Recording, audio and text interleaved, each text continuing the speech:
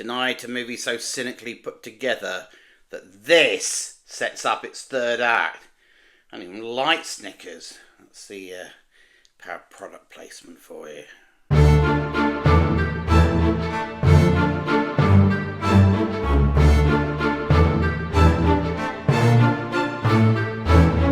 Yeah, hi Dino Heads, it's me, Dr. Macclevoid, not my real name. This drives the plot of Jurassic World : Rebirth. Part of a new trilogy, perhaps. Will the next one be called Afterbirth? What will the third one be called?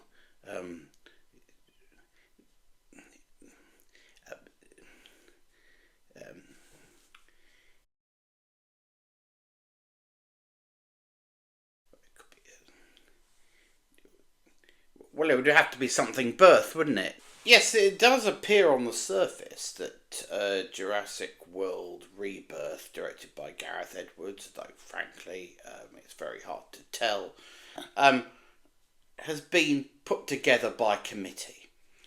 Universal Pictures got a group together, a brain trust, if you will, a story group, if you like, and said, look, these movies make money no matter what we do. It doesn't matter if we remake the original and disguise it as a legacy sequel. It doesn't matter how poor the movies become, how sort of bland and lifeless and derivative they get. They keep making huge amounts of money. I mean, they have like 400 million domestic. And when you've got that close to a sure thing in a movie franchise, it's a brave man or woman who steps up and says, let's do something different. Come on, let's just tear up the bloody formula and let's just try something new. After all, as David Coe marks in this screenplay, he thinks he's been self-reflexive by doing so and ironic instead of sort of deadeningly literal. He notes that the novelty is worn off, that we don't care about these animals anymore. No one gives a shit. You know, there was a time on BBC TV where Walking with Dinosaurs got 15 million viewers. Who watches it now, mate? Not me. 10 viewers, perhaps? You know, we understand what Jonathan Bailey's talking about at the beginning of this movie, where he says he used to queue round the block to experience this shit. Now we'd be lucky to sell 15 tickets. Now, as he was saying that, I was looking around me in my screening and couldn't help but note there weren't very many people there. But, you know, that's just anecdotal evidence, of course. This could be another box office smash. And if it is a box office smash, does it deserve to be? I mean, after all, it doesn't have the personality or the pace of that first Jurassic Park movie. And look, let's not be revisionist about this. The original Jurassic Park, I'm going to say this to you, you're not going to like it, Jurassic Park fans. It's okay. It's not Spielberg's best film. It's not even close to his best movie. What it had was novelty. It was a visual effects picture. How much more interesting perhaps it would have been if some, tech head in ILM's basement hadn't said to Spielberg, well, actually, Stephen, we've been working on some photorealistic animation that you may want to see. He'd had to make it the old school way. Would he have put more effort into it, perhaps, do you think? If it was going to be a practical, tactile movie. I mean, it does have, obviously, Stan Winston's animatronics in it. But no one went to see Jurassic Park because of, creature effects. They went to see it because of computer animation. They wanted to see what a real dinosaur might look like. And maybe Spielberg, knowing this early on, just thought, I don't need to do too much here. I think I can just take my foot off the pedal. After all, my heart's not really in it. I'm prepping Schindler's List. That's my big movie. That's the one I care about. That's my legacy. That's the movie that's going to get me taken seriously. That's the movie that's going to win me an Oscar. Not this shit. I'm done with this shit. I'm done with the entertainments, as I patronisingly refer to them. And how ironic that he should have disdain for a genre that he effectively perfected, and in doing so infantilised all of American cinema and the audience for decades to come. Come on, that's the only reason you're going to see Jurassic World : Rebirth, isn't it? Empty nostalgia. For a movie that wasn't even very good in the first place. Had no three-dimensional human characters. It was not Jaws, was it? There was no Quint. Was there? There was no Brody. There was no Hooper. That movie had heart. That movie had humanity. The shark was just a thing to bring them together. It was a background bit of sinister thread. It wasn't really what the story was fundamentally about. It was about those three men in the boat in the end. Who really has any affection for any of the characters in Jurassic Park? And I don't just mean the first movie, any of them. Everybody loves Jeff Goldblum, I know, but Jeff Goldblum's playing himself, for God's sake. He's doing that generic geek character he does, which is 78% him. You can't tell me that the original Jurassic Park wouldn't have been a better movie if Harrison Ford had accepted the Alan Grant part, right? Then it would have had heft, then it would have had a bit of star power. But Sam Neill, Laura Dern, come on, man. Nobody went to see the movie for them, and nobody left the movie saying, that was terrific on account of those leads. And this has been the problem ever since. I'm probably the only person in the entire world who thinks that The Lost World is a superior film to Jurassic Park. No, you don't get at me. But because it's not reliant on the spectacle, in the sense that the novelty had well and truly worn off at that point, Spielberg had to try a little bit harder with the set pieces. He had to make it more atmospheric, a little more gritty, a little darker, to be a bit more humour injected in there. And it's empty. It's an empty creature feature. He was right to say that. But so is the original. So I would argue the second movie is superior. And if you don't like that, well, you know what you can do with it, don't you? You can insert one of these into yourself. These movies have always been fairly vapid. They've always been fairly one-dimensional. The remake, Jurassic World, was the original without the star, without the showmanship. When you take that out, and you take the novelty out, you're left with Jurassic World.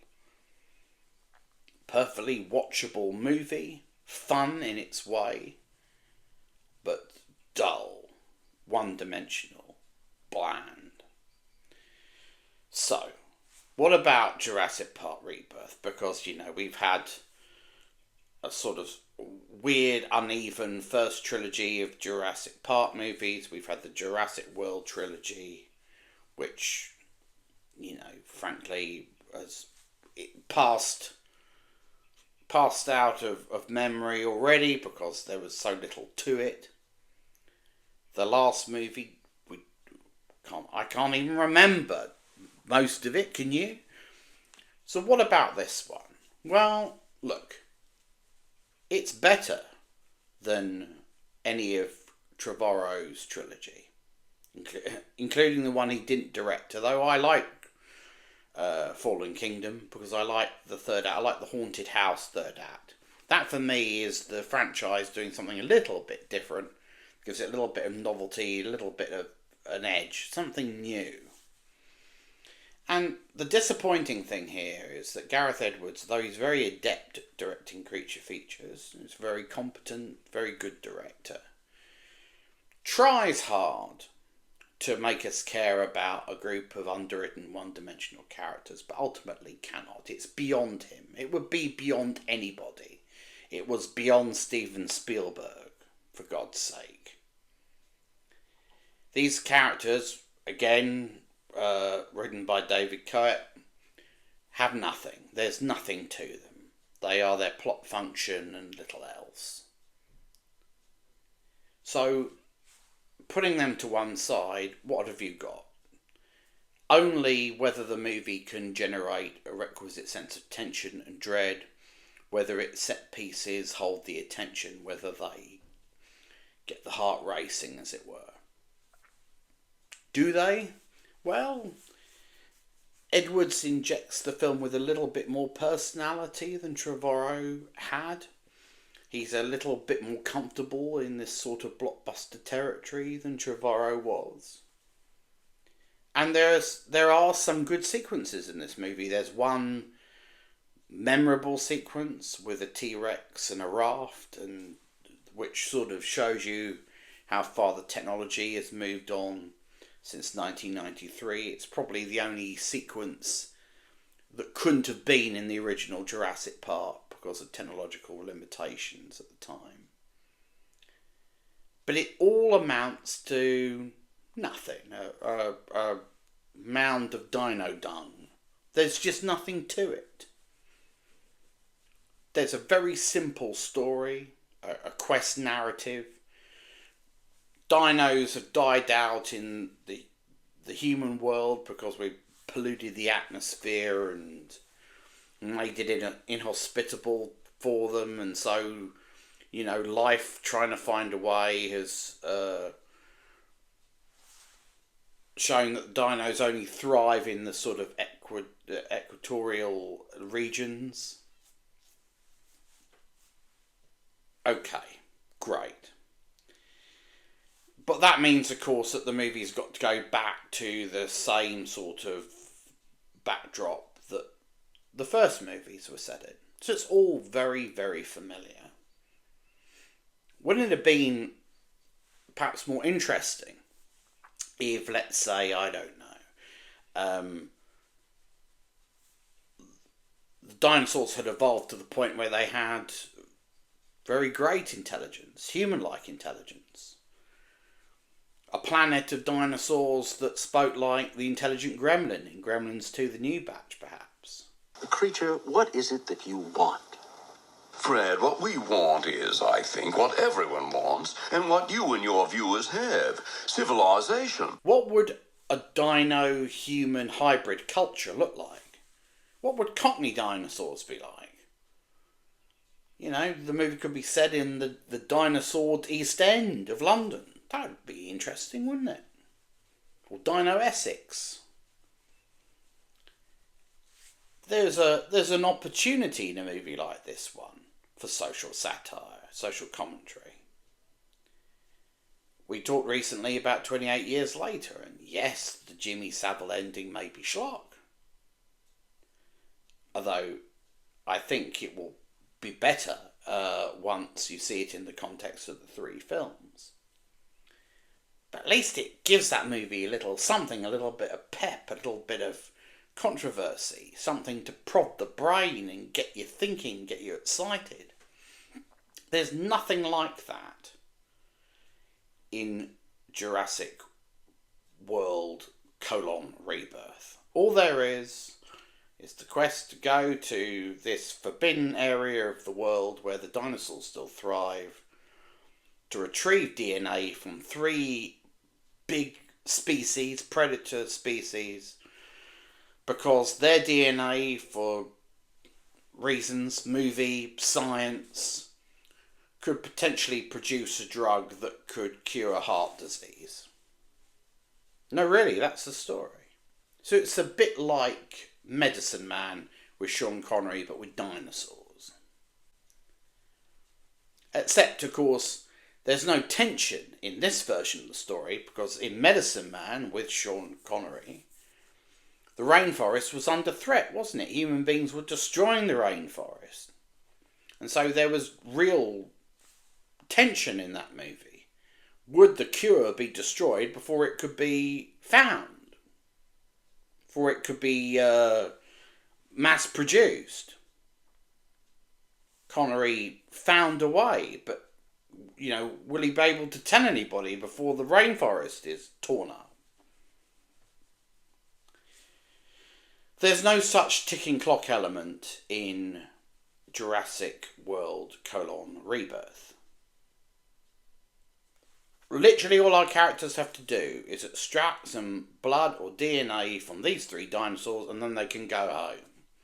The moral quandary is whether to give it to a greedy pharmaceutical company or make it open source for the entire world. Well, you don't need me to tell you what they decide at the end. And of course there's a bastard in the group from the pharmaceutical company who's the requisite villain. His fate is signposted from the first 20 seconds of the movie. And the movie's full of these choices. It's a Jurassic Park / Jurassic World movie. So of course it has to have a family of some kind. It has to have children. It's an Amblin entertainment production, for God's sake. So how do you crowbar in a couple of kids into this scenario? Why not have a family on a sailing holiday whose boat is capsized by an aquatic dinosaur who's rescued by the questing party? That'd be convenient, wouldn't it? Then you could have kids. And those kids could find a baby dinosaur so that very young children are entertained and have a toy to buy afterwards. And in this way, Jurassic World: Rebirth is not just reheated products, not just regurgitated. It is, as I said at the top of the review, deathly cynical. It's a movie made to hit every demographic enclave. It's the so-called 4-quadrant blockbuster. And no risks have been taken. This film exists to remind you of the ones you've already seen and have enjoyed. There's nothing new here. There's nothing fresh. There are no new ideas to take the story off in a exciting new direction that will ensure the future of the franchise for decades to come.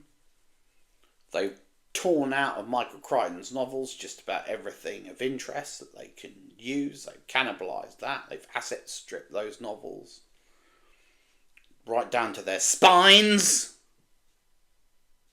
And so what you're left with ultimately is a sense of profound redundancy. This movie is beyond the Poseidon adventure. There's nowhere else for this story to go. The film doesn't even try to set up a sequel. Cope's got no more ideas after this. And if indeed there are going to be more sequels, if there's going to be another trilogy, although please God not with these characters because they're extremely boring. I mean really, really boring. Then you're going to have to find, as I said, a new and exciting way to tell a dinosaur story. That's difficult to do when this movie establishes that there's nothing new under the sun. There are only dinosaurs living in the area that we've seen them living in. And sure, there might be a few hybrids and mutants out there to discover. But you've seen a few mutants, you've kind of seen them all. And the audience's knowledge of dinosaurs is so small anyway that who the hell knows the difference between a dinosaur that really existed and one that they made up? I mean, when I was a kid, you'd go to a place called Crystal Palace in southeast London, and there were model dinosaurs there which were based on the first fossils that were discovered. And these were, guesses, approximations. they were horribly wrong. No dinosaur looked anything like the creatures that are still at Crystal Palace. But the point is, it doesn't really matter. At the end of the day, these are lumbering reptilian beasts. One looks pretty similar to another. And even if you put feathers on them, as we now think they had, they just still look like big birds. So, yeah. Well done, Universal. You made a completely pointless, redundant picture. If it does well, it will be because it's broad and appeals to a mass audience in ways which are, frankly, safe, unadventurous, and ultimately self-defeating. Because when people stumble out of this movie lifeless, dry, bored, and thinking, God, it's been a long time since I've seen Jurassic Park, it's going to be a lot harder to fool them again in a few years' time, getting to come back for another similar movie. Although, that said, that's exactly what they've been doing since 1997. Until next time, well, I suppose I'm Dr. Macclevoid, it's not my real name. Saying... Yeah, but your scientists were so preoccupied with whether or not they could, they didn't stop to think if they should. Good night.